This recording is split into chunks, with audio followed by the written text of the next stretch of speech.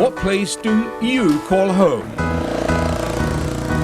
We're on the hunt again, traversing land and water for the extraordinary, the spectacular, and the curious.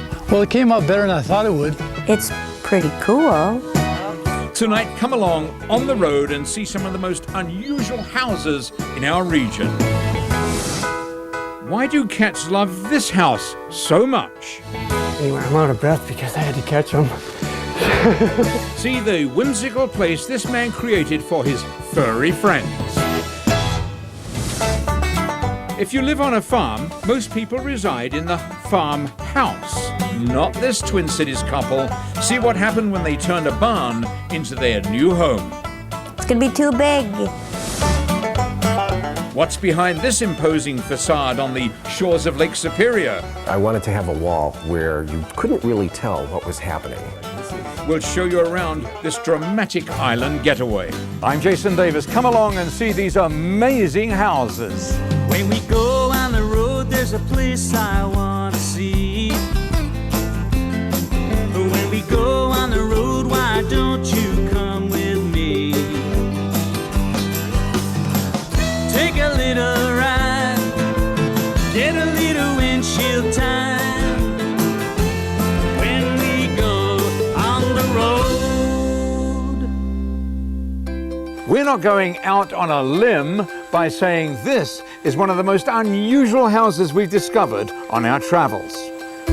The Big Tree House, as it's called, has 12 levels and towers 55 feet around an enormous maple. And we were surprised to discover it has many of the conveniences of home. We'll take you on a tour a little later on. But first tonight, we want you to meet a man who's created his dream home in St. James, Minnesota. Now, don't get me wrong when I tell you that this guy really does live in a cat house. When 44-year-old Greg Kruger's not working at his family's auto repair shop, he's often in his own workshop shaping blocks of wood with a table saw. I like woodworking, I like making things. In 1999, Greg bought this small, ordinary-looking house in the neighborhood where he grew up. Since then, he's transformed the inside, putting his woodworking skills to use, creating one of the most unusual homes in Minnesota. It wouldn't mean anything if it didn't have any cats, then it would just be woodwork. It's the cats that bring all of the woodwork to life. Greg has designed his house so his feline pets can move freely throughout the two-story home and never be underfoot. Well, almost never. Okay, they go up the stairway onto the platform and then up the steps, across the beam, onto the platform, down the steps, and through the opening into the next room.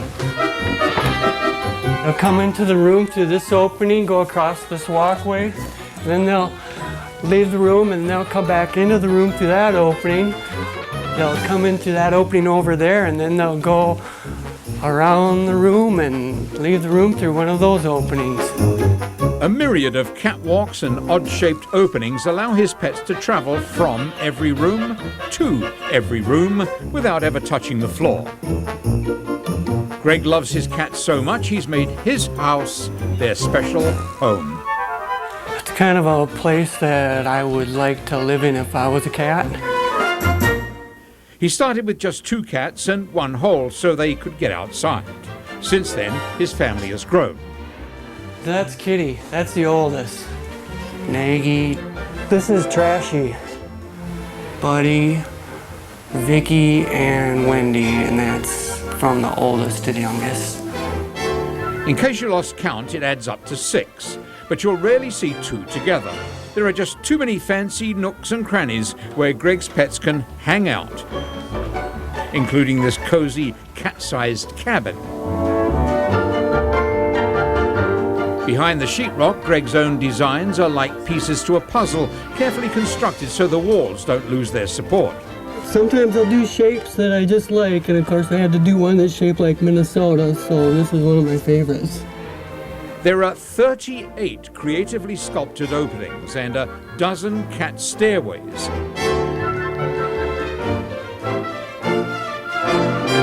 including an elaborate staircase, which leads to another secluded hideaway. I don't go and look for ideas because I just feel better if something is something that I've thought of myself. It's the perfect home for Greg Kruger and his family of felines. For me, I could never move from here because this is like my dream house. I love it. I love it. I think the cats do too. Some people's dreams take a long while to come true. Decades have gone by since an 80-year-old from Coleraine, Minnesota, built a very unusual house on his own island.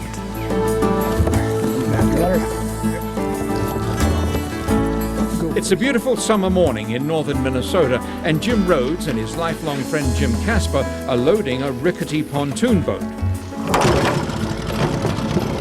They know Five Island Lake well. As they have countless times before, the guys are delivering a valuable payload 300 yards to the opposite shore. You got a nice day in here, huh? Yeah. They're heading to a 7-acre island that Jim Rhodes bought more than 50 years ago. He's even given it a name. The Isle of Rhodes.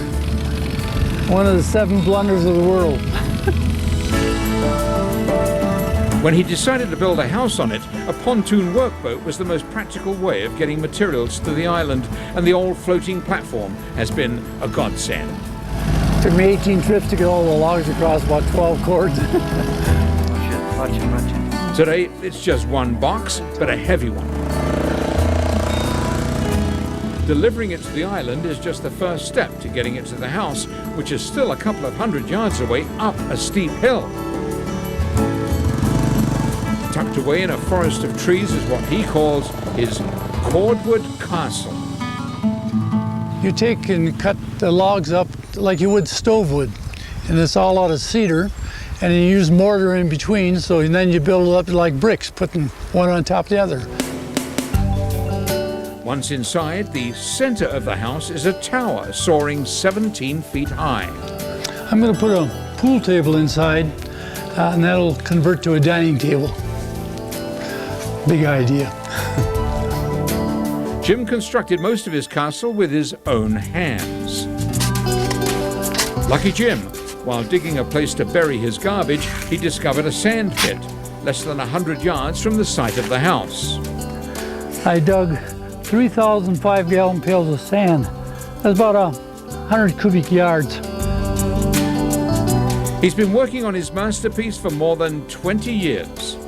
It wasn't a top priority. Eventually I'd get it done, I figured. But this project is just the latest in a lifetime of exotic adventures. As a young 8th grade geography teacher, he thought it fitting that he should travel the world. I bicycled for 4 months on a bicycle built for 2, and 8 months on a Volkswagen camper, and married a girl from Scotland and came home. He cycled 10,000 miles, climbed the Matterhorn, explored the crater inside Mount Vesuvius, and visited every national park. And he has the professional-looking photographs to prove it. I did nothing spectacular, but I did things I enjoy doing, that's all. Jim Rhodes has always intended his getaway will be a legacy for his 5 children rather than a home for himself. Well, I thought, well, that's nice.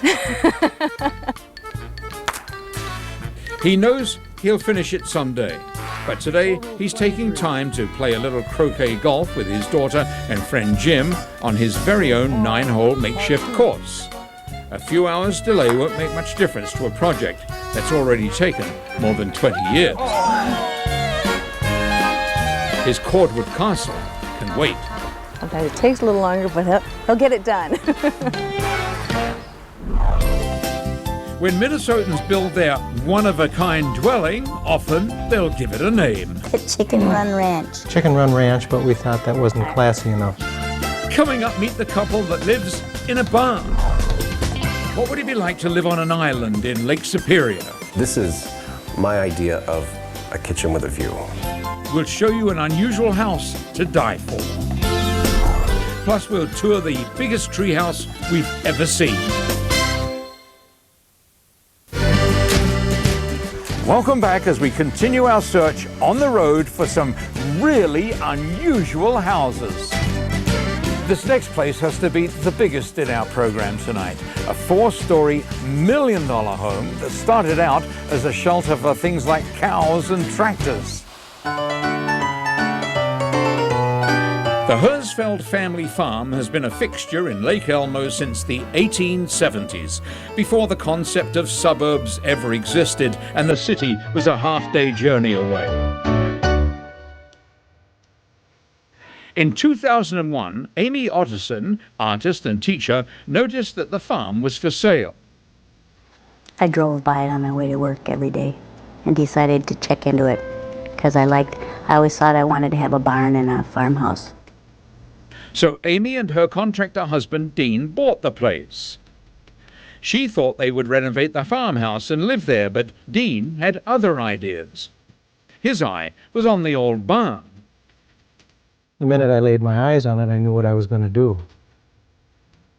For months he had his crews working on the century-old foundation and spent no time fixing up the house. His story was it was going to be his workshop down there. So there you go. When Dean finally revealed he was turning the barn into their home, Amy was less than thrilled. It's going to be too big. It's going to be too big. In 2007, their dilapidated old home was turned over to the Lake Elmo firefighters, who used it for training and burned it to the ground. And now, after years of work, what was just an old barn has been transformed into Dean and Amy's $1.3 million home. It's pretty cool. It's still too big, too much, but it's very nice. Foundation was in great shape. Somebody had kept the roof in good shape. It's a 6,000 square foot, 4-story structure with half a dozen bedrooms. The front entrance, where farm tractors used to clatter in, is framed by cedar beams with corrugated metal accents taken from the barn's original roof. Well, this is the area where you really get a feel for the old barn. And as you look up into the foyer area, you'll see it's 34 feet to the top, and it really gives you a feel for the space. The portraits Amy painted of their 2 teenage daughters, Chloe and Claire, are proudly displayed over the fireplace in their cozy sitting room on the main level, which is right off their huge modern kitchen. Beams from the old barn remain part of the decor throughout. On the second floor, the wainscoting is also made from the weathered roof of the old barn. Along with the 3 bedrooms up here, there's a cozy little reading space. This is also continues with the barn theme, and you can see that piece of machinery up there they used for hauling the hay, pulling it up. On the 3rd floor is Amy's art studio, which uses the actual windows from the old farmhouse, works of art in themselves. And finally, I love it up here. up the spiral staircase to a 22 square foot cupola, a room with a view. And then I started to think, well, wouldn't it be fun to be able to get up here and look around? You can see a long way, which is kind of fun. So despite Amy's early skepticism, Dean's vision materialized into a beautiful home, and they say living in a barn isn't so bad. Have you ever seen a staircase like this? Use the rail and walk up like you would a regular stairway. Coming up, an island house full of surprises. And don't miss the unusual treehouse that you can visit too. Have you seen our Toad Hitch in any of these unusual houses? If you spot him tonight, let us know at KSTP.com and you may be eligible for an on-the-road souvenir.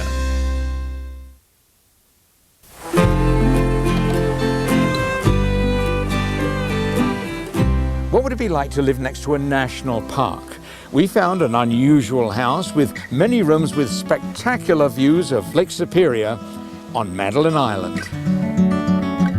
Yes, that's it. Thank you. On a warm summer day along the southern shores of this great lake, 54-year-old Michael Childers is enjoying a scenic journey. I never get tired of passing from the mainland to the island because it takes sort of the muscles in my neck down, everything starts to relax, and it's transforming in a sense. In fact, this ferry ride from Bayfield, Wisconsin to Madeline Island changed the retail buyer's life the first time he took it in 2003. Michael and his partner, 52-year-old Glenn Carlson, were absolutely inspired by the beauty of the Apostle Islands National Lakeshore. They decided then and there to build a summer home on Madeline. I just fell in love with the idea that I could live in a place that is fundamentally a national park. Now the couple owns one of the most unusual houses on the island. An imposing two-story concrete and steel structure topped with what looks like an upside-down roof. I wanted to have a wall, create a barrier, almost a dramatic stage set idea, to where you couldn't really tell what was happening. My first reaction was, is it going to be habitable? This is my idea of a kitchen with a view. Behind the tremendous facade, windows open the house to the natural world. You can see the moon from this sleeping area. A bedroom is tucked away behind three walls, while another levitates off the ground. A long hallway attaching the main house to the guest quarters is Michael's very own photo gallery. I'm still wrestling with what images I'm going to put in it. Even the steps to Glenn's office are something to see. It's really a standard tread, just cut in half and then stacked so that you go up fast. Use the rail and walk up like you would a regular stairway. The owners were so delighted with their glassed-in getaway, Michael Childers found a job on the island as a realtor so he can live here year-round, and soon Glenn will join him. Everything about it just, I think, inspires creative thinking. Another friend has told me that some of the best places in the world you have to approach by water, and I think there's something to that.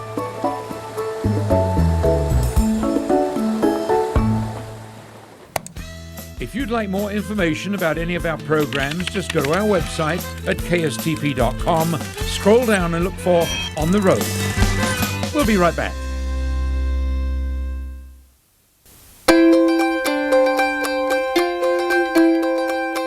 People usually think of a treehouse as being a rough wooden platform that kids clamber up a ladder to reach.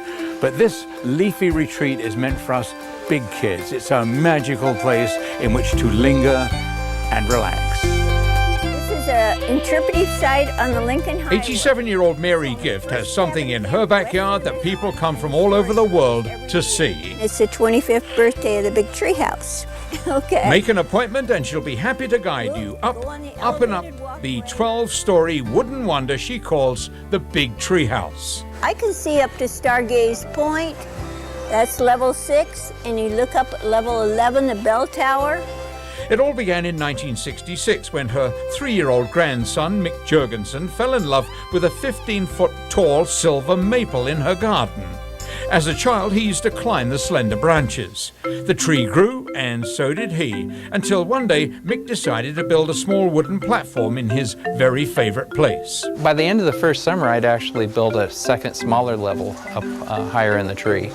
And suddenly I had a tree house starting to develop. Year after year, Mary watched the tree and the tree house grow. I look out every day and I think, Michael was here. As an adult, the elementary school principal connected every branch, trunk and limb with almost 8,000 feet of lumber, and soon the structure towered 55 feet in the air. The enthusiastic builder quickly learned that the leafy maple was pretty forgiving. Any of the places where I've attached it either will grow around it or I'll readjust it every 10 or so years. Together, Mick and his grandmother added their own friendly touches. 13 porch swings, dozens of light fixtures, funny signs, and even a little kitchen with running water. They discovered that when the wind blows, there's nothing like being in a treehouse in all its summer glory. It sounds like a tall sailing ship with all the wood creaking. Mm-hmm. Sometimes my daughter has to say, Mom, are you still out there? It's time to go to bed. I love it. There is no end to the imaginative way that people build shelters for themselves and their families. And it doesn't seem to matter how elaborate or ordinary it is, because when it comes down to it, there's no place like home. I'm Jason Davis. Drive carefully, and we'll see you next week.